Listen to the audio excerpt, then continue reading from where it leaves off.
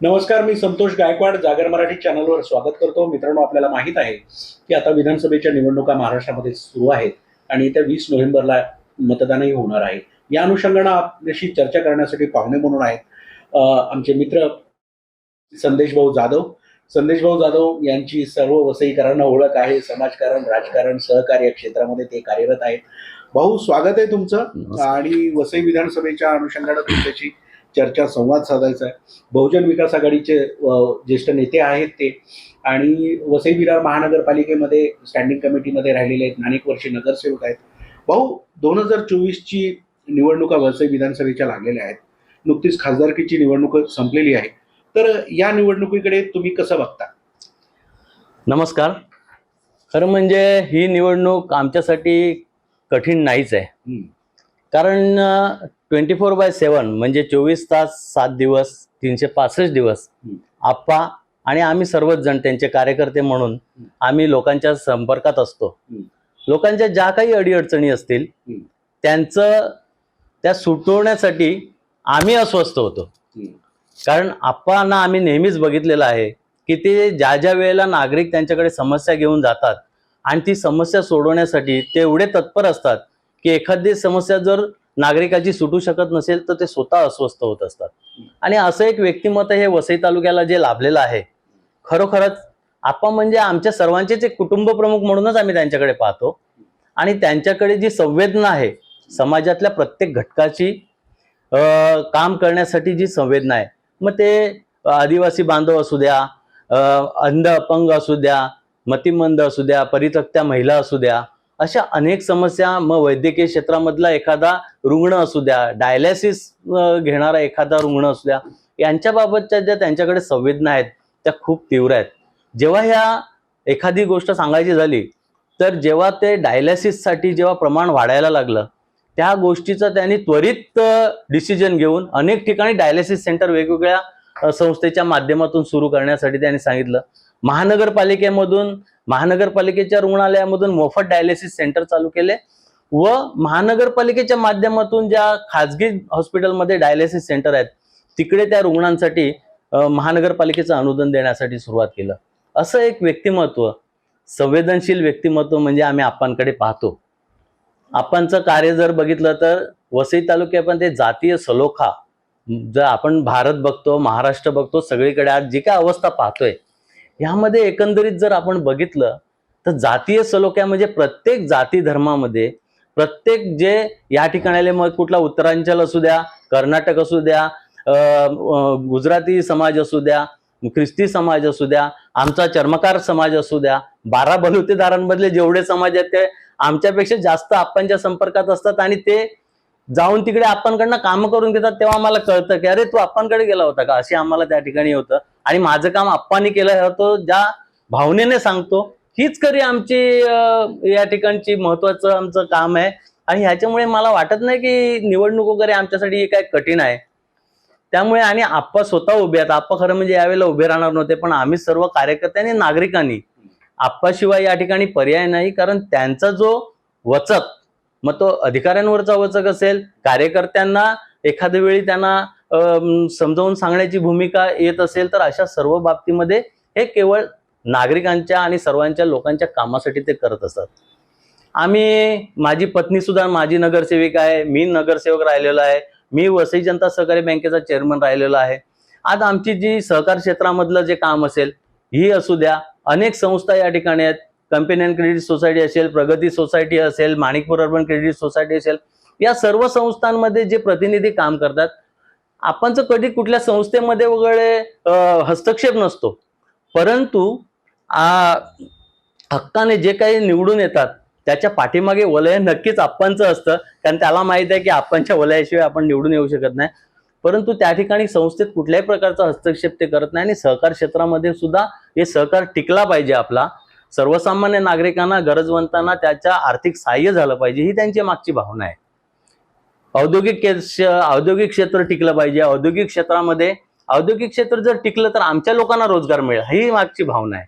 आणि अशा भावनेमुळे सर्वस्कृत असं व्यक्तिमत्व आणि खंबीर नेतृत्व पक्षाचं आज अनेक पक्षामध्ये आपण बघितलं तर कार्यकर्ते नेतृत्वहीन झालेले आहेत. हो. पण मी आज समाधानी आहे की मी आज योग्य ट्रॅकवर आहे आणि मी समाधानी आहे की आमचा वसई तालुक्या राजकीय दृष्टिकोनातून आम्ही सर्व जे आप्पांचे कार्यकर्ते आहेत आम्ही प्रस्थापित आहोत आणि आम्ही सर्वजण एकत्रितपणे आज शांतीने आम्ही या ठिकाणी सर्व काम करत आहोत.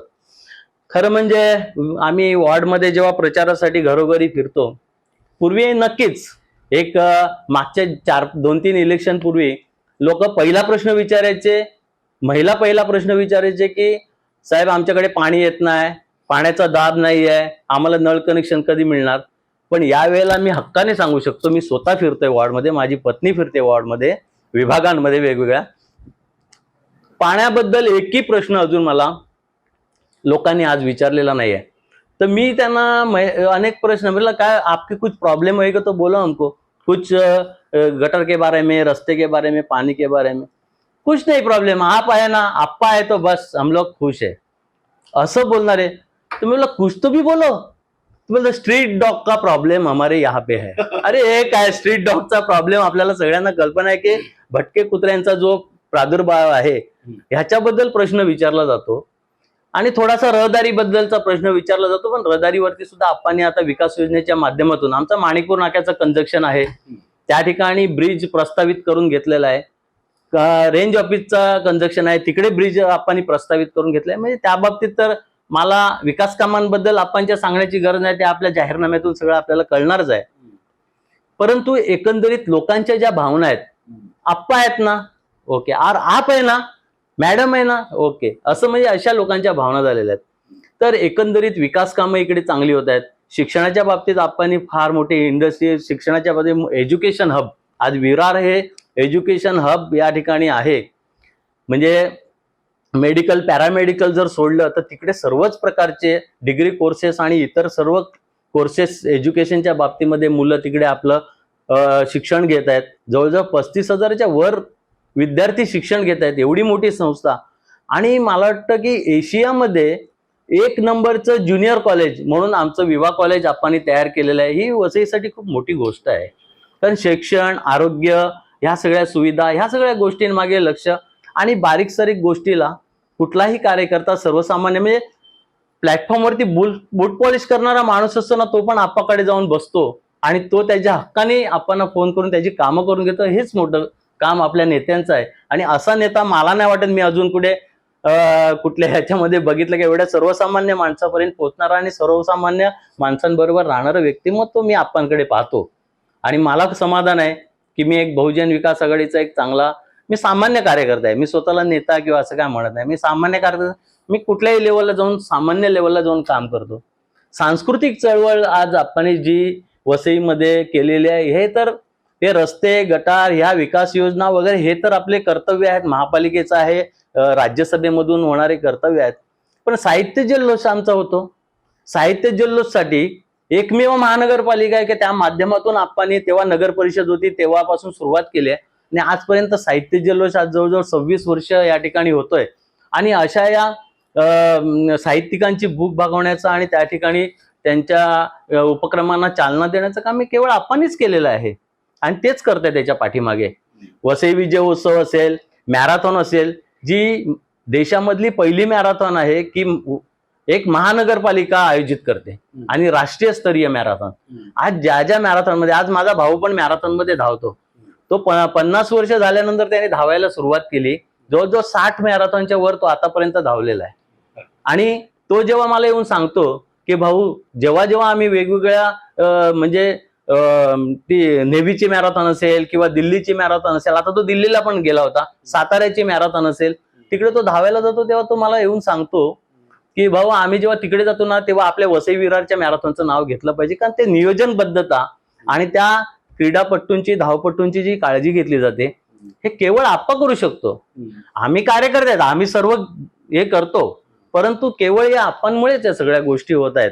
आणि ह्याची जाणीव मला वाटते सर्वसामान्यांमध्ये आहे. दिवाळी पाठ सारखा कार्यक्रम गेल्या अनेक वर्षापासून सुरू आहे. वसई विजय उत्सव सारखा कार्यक्रम आपण करतो. तर असे सर्व जे उपक्रम आहेत, यंगस्टर ट्रस्ट तर्फे अनेक कार्यक्रम आणि महिलांसाठी मंगळागौरी म्हणा, वेगवेगळ्या स्पर्धा, गायनाच्या स्पर्धा म्हणा, हे वर्षभर कार्यक्रम राबवणारे ऍक्टिव्हिटीज लोकांना ही सुद्धा मानसिक आणि आपल्या सुप्त गुणांना वाव देण्याचं जो काही वाव आहे हा देण्यासाठी याच्या पाठीमागलं खरं नेतृत्व आणि खरी शक्ती ही आप्पाच आहे. त्यामुळे मला वाटत नाही की सर्वसामान्यांमध्ये आप्पांचं काम, कर्तृत्व आणि आप्पा हे प्रत्येकाच्या हृदयात वसईकरांच्या बसलेले आहेत. तर यावेळेला आपण कृपया सर्वांना मी विनंती करतो की येणाऱ्या 20 तारखेला वसईमधून आप्पा उभे आहेत स्वतः आणि 4 नंबरला आप्पांची निशाणी आहे शिट्टी. त्याचप्रमाणे नालासोपारामध्ये क्षितिजदादा ठाकूर उभे आहेत, ते 8 नंबरला त्यांची निशाणी शिट्टी आहे. आणि बोईसर मतदारसंघामध्ये वालिव, सातिवली, गोखिवरा हा पाठ आणि तसंच सफाळा, एडवण इकडे माझे चर्मकार बंधू आहेत. मी आज चर्मकार समाजाचा ठाणे व पालघर जिल्ह्याचा अध्यक्ष आहे, आमच्या संत रोहिदास सामाजिक संस्थेचा. अनेक लोक आमच्याकडे आहेत, आमचे समाज बांधव आहेत, चांगल्या हुद्द्यावर काम करणारे आहेत. आणि ही सर्व मंडळी आज मी फोन केला तर काय बाबा काय चाललं तुझं, नाही नाही आम्ही आप्पांच्या बरोबर आहेत, अशा भावना आमच्या आहेत.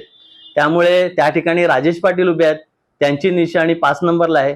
त्यांच्या शिट्टी निशाणी समोरचं बटन दाबून आपल्या तिन्ही उमेदवारांना बहुजन विकास आघाडीला आपण विजयी करावे अशी आपल्याला विनंती करतो.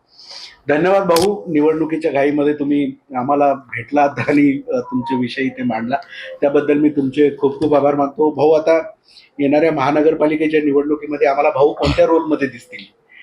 नाही, मी कार्यकर्ता आहे आणि मी कार्यकर्ता म्हणून काम करणार आहे. आपला रोल कुठलाही असू द्या मला, पण मी बहुजन विकास आघाडीने आप्पांचा कार्यकर्ता म्हणून एक माझ्या भावना गुंतलेल्या आहेत.